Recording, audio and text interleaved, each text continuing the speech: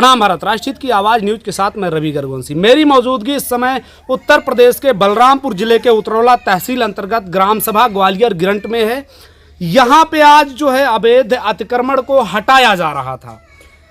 आज के कुछ दिन पहले एक रामपाल वर्मा जी हैं, उनका कुछ ज़मीनी विवाद था। ज़मीनी विवाद को लेकर उनको ये बताया गया यहाँ के कुछ स्थानीय लोगों से कि वो जो ज़मीन है वो आपकी PWD में है, और उस मामले को लेकर ये जो है रिट याचिका हाई कोर्ट में दायर करते हैं। और उस रिट याचिका पर H9 में जो H9 9 नंबर हाईवे है दतौली मार्केट में, ग्वालियर गिरंट के अंतर्गत आने वाला दतौली मार्केट, उस मार्केट में दोनों तरफ लगभग 55 फीट यानी 16 मीटर से अबव या 16 मीटर लगभग दोनों तरफ लिया जा रहा है और हटाया गया। अतिक्रमण आज हटाया गया। दुर्भाग्य की बात तो यह है कि इनका जिस जमीन को लेकर के इन्होंने रिट याचिका दायर किया उसमें बहुत बड़ी राजनीति कर दी गई। सबसे मुख्य बात तो यह है, सबसे पहले जब इन्होंने उस लड़ाई को स्टार्ट किया, स्टार्ट ही में उसमें गलत रिपोर्ट लगाई गई। कई बार गलत रिपोर्ट यहां से लेखपाल कानूनगो SDM द्वारा लगाया गया। उसके बाद ये रिट याचिका दायर की हाई कोर्ट में।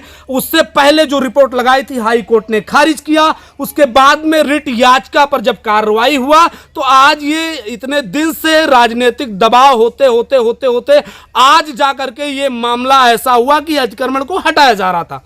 लेकिन सबसे बड़ी दुर्भाग्य की बात है कि जिस जमीन को लेकर उन्हें मुद्दा उठाया, एक सार्वजनिक मामले को उठाया और राष्ट्रहित में कार्य किया, और इनको कई जगह से इनके बताने के मुताबिक कई जगह से धमकियां भी मिल रही हैं, जिसका कई एप्लीकेशन इन्होंने जिले पे SDM के यहाँ और जो है स्थानीय थाने पर दिया। उस पर ना तो इनको सुरक्षा दिया गया, जबकि वो राष्ट्रहित में कार्य था, उसके लिए कभी भी इनके जान को खतरा हो सकता है इनके बताने के मुताबिक।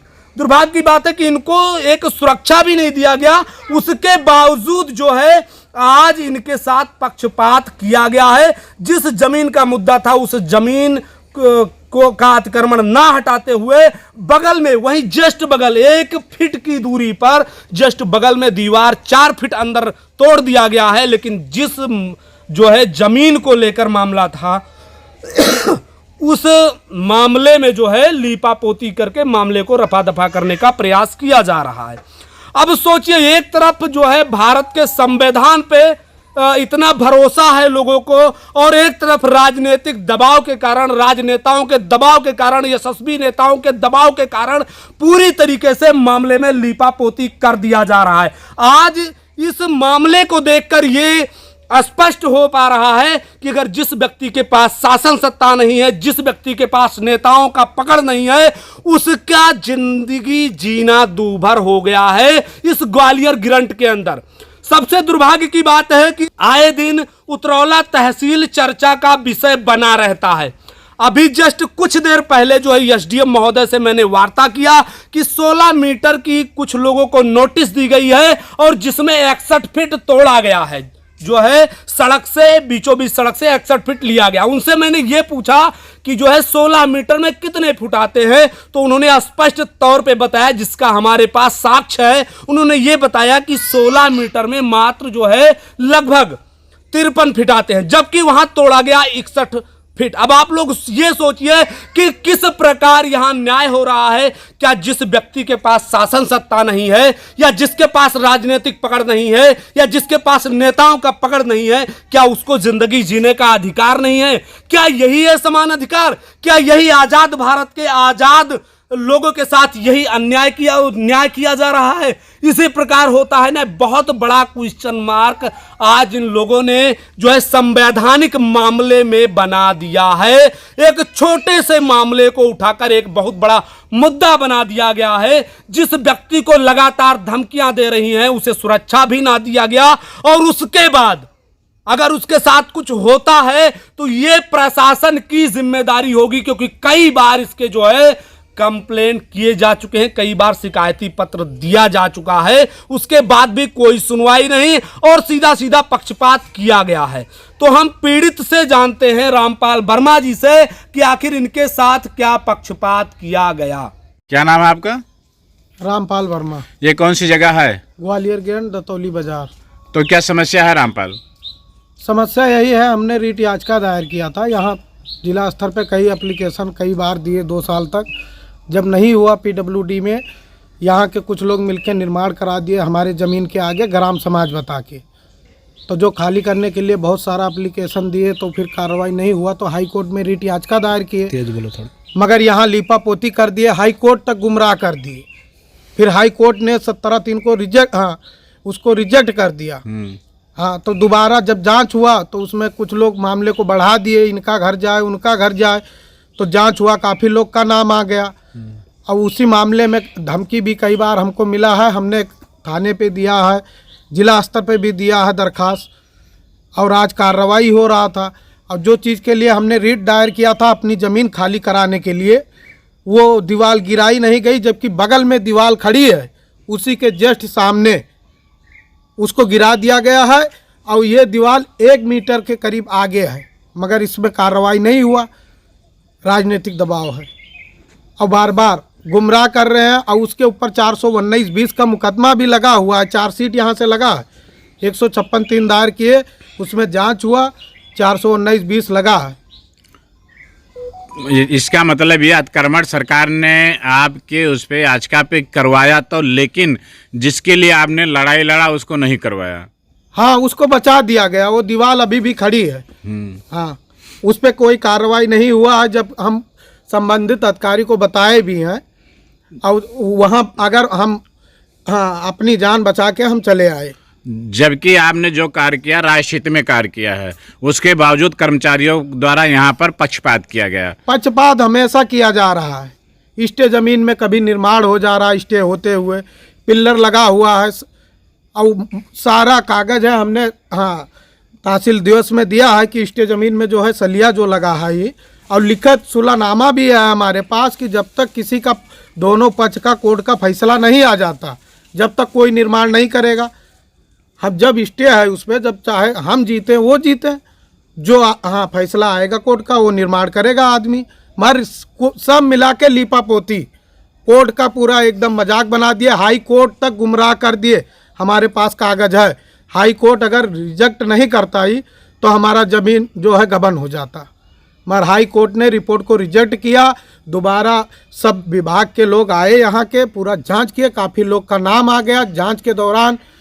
तो वहाँ कुछ लोग पहुँच गए, उसके बाद में अधिकारी को उसका दिए, इनका पैमाइश हुए, उनका तो काफ़ी लोग का नाम आ गया।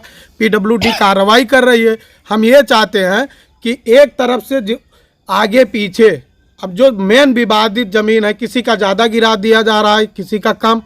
और जो हमने दायर किया था, हमारी दीवार जो हमारे ज़मीन के सामने जो है अभी खड़ी है, और उसने ज़मीन को कब्जा भी करके रखा है, और कोर्ट में भी चल रहा है। तो यहाँ पर मौजूद अधिकारियों से आपने बताया नहीं कि जिसके लिए हम इतनी बड़े लड़ाई लड़े और कोर्ट ने आदेश कर दिया, तो आप इसको क्यों नहीं गिरवा रहे हैं, या इसे इनका गिरवा दिया बगल में, इसको क्यों नहीं गिरवा रहे हैं, क्या कारण है? तो जानकारी सभी लोग को दे दिया गया है, फ़ोन करके बताए भी। हाँ, मगर कोई सुनने को तैयार नहीं है। अब जब नहीं सुनेंगे तो फिर हम दोबारा वहाँ हाई कोर्ट में लगाएंगे एप्लीकेशन। हाँ, अगर ये लोग अगर कार्रवाई करते हैं तो ठीक है, नहीं तो हम वो दीवार के लिए लगाएंगे कि कार्रवाई जो किया गया है। अब 16 मीटर ये बता रहे हैं, 16 मीटर का 52 या 53 फुट हो रहा है, 53 फुट में थोड़ा कम। तो वहाँ तक जो है तोड़ना चाहिए इनको। जो मुख्य ज़मीनी विवाद है उसको छोड़ के चले गए हैं।